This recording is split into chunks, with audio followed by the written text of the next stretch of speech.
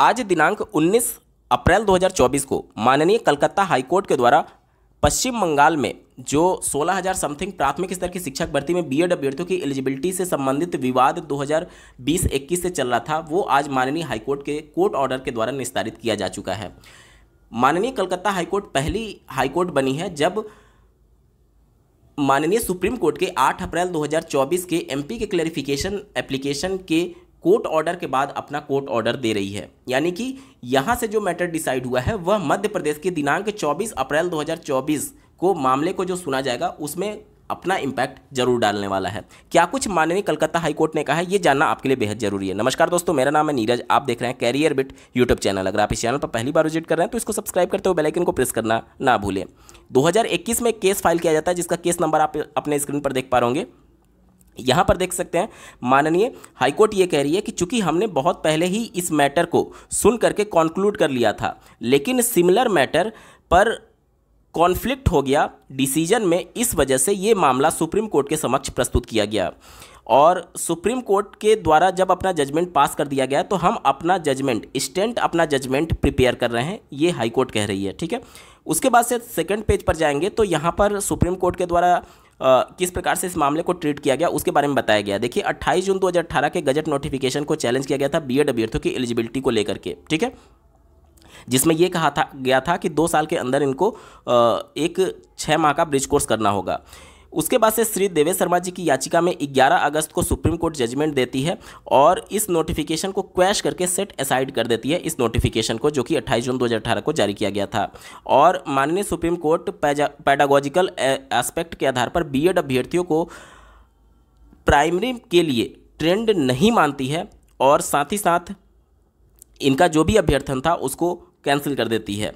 उसके बाद से ऑनरेबल हाईकोर्ट ये कह रही है, देखिए आप ध्यान से, कि इसके बाद से जो बीएड क्वालिफिकेशन था would continue in service or not. यहाँ पर देखिए, honourable court through set aside the impugned notification but did not specify as to whether the teacher who were already appointed with BEd qualification would continue in service or not. यानी कि माननीय supreme court ने जो 11 अगस्त का judgement दिया, उस judgement से उन्होंने नोटिफिकेशन को तो क्वैश कर दिया, लेकिन सुप्रीम कोर्ट ने ये नहीं बताया कि जो ऑलरेडी अपॉइंट हो चुके हैं उनकी सर्विस जारी रखा जाए या फिर उनकी सर्विस खत्म कर दी जाए। इसके बाद से हाईकोर्ट ये कह रही है कि the undecided issue gave rise to further round of litigation.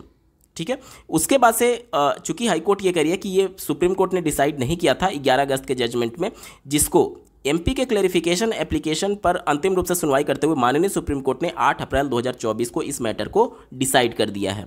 और यहाँ पर सुप्रीम कोर्ट ये क्लेरिफाई करती है, देखिए, the judgment delivered on 11 August shall be prospective operation. High court कह रही है कि सुप्रीम कोर्ट ने इसे प्रोस्पेक्टिव ऑपरेशन से लागू करने के लिए बोला है, लेकिन ओनली फॉर दोज कैंडिडेट, केवल उन लोगों के लिए जो कि अपॉइंट हुए हैं बिना किसी क्वालिफिकेशन के या फिर बिना किसी शर्त के, बिना किसी कंडीशन के, जो कि किसी भी कोर्ट ऑफ लॉ के द्वारा उन पर इंपोज नहीं किया गया। ये सारी बातें आप जान चुके हैं, 8 अप्रैल के जजमेंट में बातें मेंशन की गई हैं, जो कि हाईकोर्ट ने भी अपने इस कोर्ट ऑर्डर में वहीं सब बातों को जिक्र किया है। उसके बाद से अगले पैराग्राफ में हाईकोर्ट ये कह रही है, देखिए, the court was pleased to specify. The court was pleased कहने का मतलब कि हाईकोर्ट जो है वो सुप्रीम कोर्ट को कोर्ट करते हुए कह रही है कि यहाँ पर सुप्रीम कोर्ट यह स्पेसिफाई करने के लिए एक तरीके से खुश थी that the service of only such candidate shall not be disturb because of the judgment. यानी कि ऐसे अभ्यर्थी जो कि बिना किसी शर्त के साथ ज्वाइन हुए हैं उनकी सर्विस को डिस्टर्ब नहीं किया जाएगा। ठीक है, the benefit is restricted only for the candidate appointed prior to 11 August. यानी कि ये जो बेनिफिट होगा वो केवल रिस्ट्रिक्ट किया गया है उन लोगों के लिए, केवल उन्हीं लोगों के लिए ये बेनिफिट है जो कि 11 अगस्त 2023 से पहले ज्वाइन कर लिए हैं। ठीक है, यहाँ से आप समझ लीजिए, ये कलकत्ता हाईकोर्ट के भी जजमेंट में ये बातें मेंशन है। यानी कि जो छत्तीसगढ़ का मैटर है वो आप बिल्कुल ही अलग रखिएगा। छत्तीसगढ़ में 11 अगस्त के बाद ज्वाइनिंग हुई है। सुप्रीम कोर्ट के कोर्ट ऑर्डर के बाद से जितने भी हाईकोर्ट में जजमेंट आ रहे हैं सब में ये बात मेंशन की गई है कि रेस्ट्रिक्ट किया गया है साफ तौर पर। तो छत्तीसगढ़ वाला मैटर यहाँ से बिल्कुल शीशे की तरफ साफ हो जाता है। ठीक है, आगे देख लेते हैं। हाईकोर्ट ये कही है कि बहुत सारे सिलेक्शन हो चुके हैं ऑलरेडी, जिसके बाद से यहाँ पर बहुत सारे सिलेक्शन हो चुके हैं, जिसमें इस जजमेंट को किस प्रकार से लागू किया जाए उसके बारे में सुप्रीम कोर्ट ने जो अपना 8 अप्रैल को जजमेंट दिया है उसमें देखिए, सुप्रीम कोर्ट ने जो बीएड कैंडिडेट की क्वालिफिकेशन थी, appointment were protected by virtue of the set judgment, यानी कि जो ऑलरेडी ज्वाइन हो चुके हैं उनके जजमेंट को, उनके ज्वाइनिंग को, उनके अपॉइंटमेंट को सुप्रीम कोर्ट क्या कह रही है कि उनके अपॉइंटमेंट को प्रोटेक्ट कर रही है, बचा रही है, ठीक है। Will have to undergo a bridge course within a period of 1 year, यानी कि हाईकोर्ट ये कह रही है कि 7 अप्रैल 2025 तक इन चयनित बीएड अभ्यर्थी जिनकी नियुक्ति बिना किसी शर्त की हुई है, जिसे सुप्रीम कोर्ट बचा रही है, उनके लिए 7 अप्रैल 2025 तक अंतिम तिथि होगी अपना 6 माह का ब्रिज कोर्स करने के लिए। यहाँ पर अगला पैराग्राफ ध्यान से देखिएगा। The court held that the equity demand retention of employment of the teachers appointed with BEd qualification as per the criteria set in the recruitment notice, यानी कि यहाँ पर फिर से जो हाई कोर्ट है वो सुप्रीम कोर्ट को कोट करते हुए ये कहती है, ध्यान से देखिएगा, हाई कोर्ट ये कह रही है कि न्यायालय ने ये माना है, यानी सुप्रीम कोर्ट ने ये माना है कि भर्ती नोटिस में निर्धारित मानदंडों के अनुसार, यानी कि जो नोटिफिकेशन में, जो रिक्रूटमेंट नोटिफिकेशन में निर्धारित मानदंड थे बीएड क्वालिफिकेशन को लेकर के, बीएड योग्यता के साथ नियुक्त शिक्षकों के रोजगार को बनाए रखने के लिए इक्विटी की मांग की गई है। तो ये सुप्रीम कोर्ट ने भी माना है कि जब बीएड अभ्यर्थी नोटिफिकेशन में शामिल था और उनकी बिना किसी शर्त के साथ नियुक्ति हुई है तो वह अपनी नौकरी जारी रख सकते हैं। सुप्रीम कोर्ट ने ये कहा था, उसी बात को हाई कोर्ट ने यहाँ पर कोट किया है, ठीक है।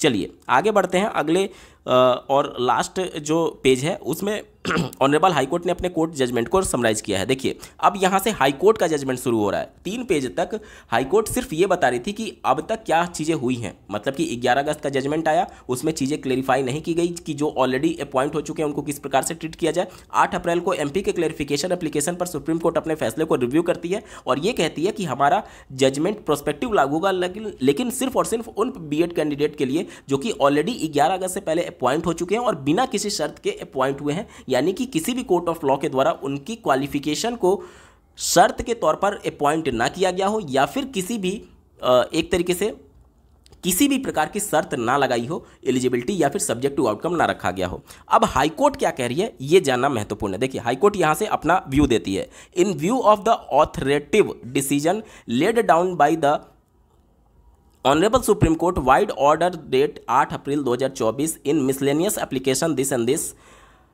The fate of the teachers who were already appointed with BEd qualification prior 11 August 2023 has been decided, यानी कि जो फेट यानी जो भविष्य है, जो भाग्य है, कैसे ऑलरेडी अपॉइंट टीचर का जो बीएड क्वालिफिकेशन के साथ 11 अगस्त के पहले ज्वाइन हो चुके हैं उनका भाग्य जो है वो डिसाइड कर दिया सुप्रीम कोर्ट ने, ये हाई कोर्ट कह रही है, ठीक है।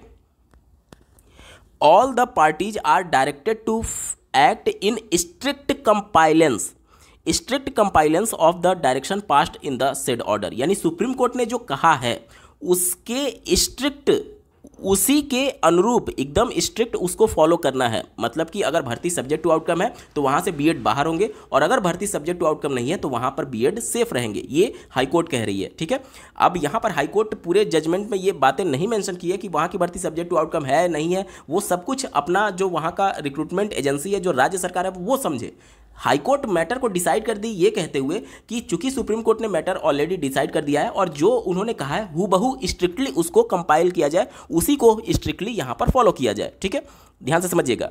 अब यहां पर आगे पैराग्राफ में हाईकोर्ट ये कह रही है कि no further issue is left to decide, अब कुछ भी नहीं बचा है जो कि डिसाइड करना है।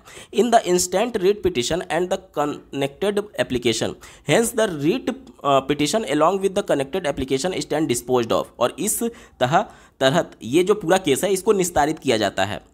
इसके साथ नो कॉस्ट, मतलब कि कोई भी यहाँ पर कॉस्ट नहीं लगाया गया। Urgent certified copy of this judgment is applied for the supplied to the parties in their advocates on record expeditiously on compliance of the usual legal formalities, यानी कि जरूरी लीगल फॉर्मेलिटीज़ के लिए इस कोर्ट ऑर्डर की copy जो high court ने दिया है इसका सर्टिफाइड कॉपी जितने भी पार्टीज हैं, चाहे राज्य सरकार हो या फिर रिक्रूटमेंट एजेंसी हो या फिर सभी एडवोकेट्स, सभी पार्टी के एडवोकेट्स को ये सर्टिफाइड कॉपी प्रोवाइड कराना होगा, ताकि जल्द से जल्द जो भी लीगल फॉर्मेलिटीज हैं उनको पूरा किया जाए। यानी सीधे तौर पर हाई कोर्ट का जो जजमेंट है वो सुप्रीम कोर्ट के जजमेंट का कंपाइलेशन है, यानी कि जो सुप्रीम कोर्ट ने कहा है एग्जैक्टली हाई कोर्ट ने भी वही कहा है। अब इससे आपको अंदाजा लगेगा कि मध्य प्रदेश में क्या होने जा रहा है, क्योंकि हाईकोर्ट, कलकत्ता हाईकोर्ट पहली हाईकोर्ट है, पहली राज्य की हाईकोर्ट है जो कि ये मैटर सुप्रीम कोर्ट के 8 अप्रैल के बाद डिसाइड की है। अब इससे आपको आइडिया लग गया होगा कि एग्जैक्टली मध्य प्रदेश में क्या होगा। यानी कि आपको सिर्फ इतना देखना है कि जो भर्ती सब्जेक्ट टू आउटकम हुई है, जो सुप्रीम कोर्ट ने कहा है उसके हिसाब से वो सेफ नहीं है। हाईकोर्ट, कलकत्ता हाईकोर्ट भी यही कह रही है कि स्ट्रिक्टली इसको फॉलो करना है। ध्यान दीजिए यहाँ पर सुप्रीम कोर्ट के कोर्ट ऑर्डर को कोट करते हुए हाईकोर्ट, कलकत्ता हाईकोर्ट साफ कह रही है कि स्ट्रिक्ट कंपाइलेंस होना चाहिए, जो कि डायरेक्शन दिया गया किसके द्वारा, सेड ऑर्डर, यानी सुप्रीम कोर्ट के द्वारा जो ऑर्डर दिया गया उसके हिसाब से। ठीक है, तो जो कुछ सुप्रीम कोर्ट ने कहा एग्जैक्टली हाईकोर्ट ने भी वही चीज़ें कही हैं। इस वीडियो को देखने के लिए आपका बहुत बहुत धन्यवाद। भगवान करे आपका दिन शुभ हो।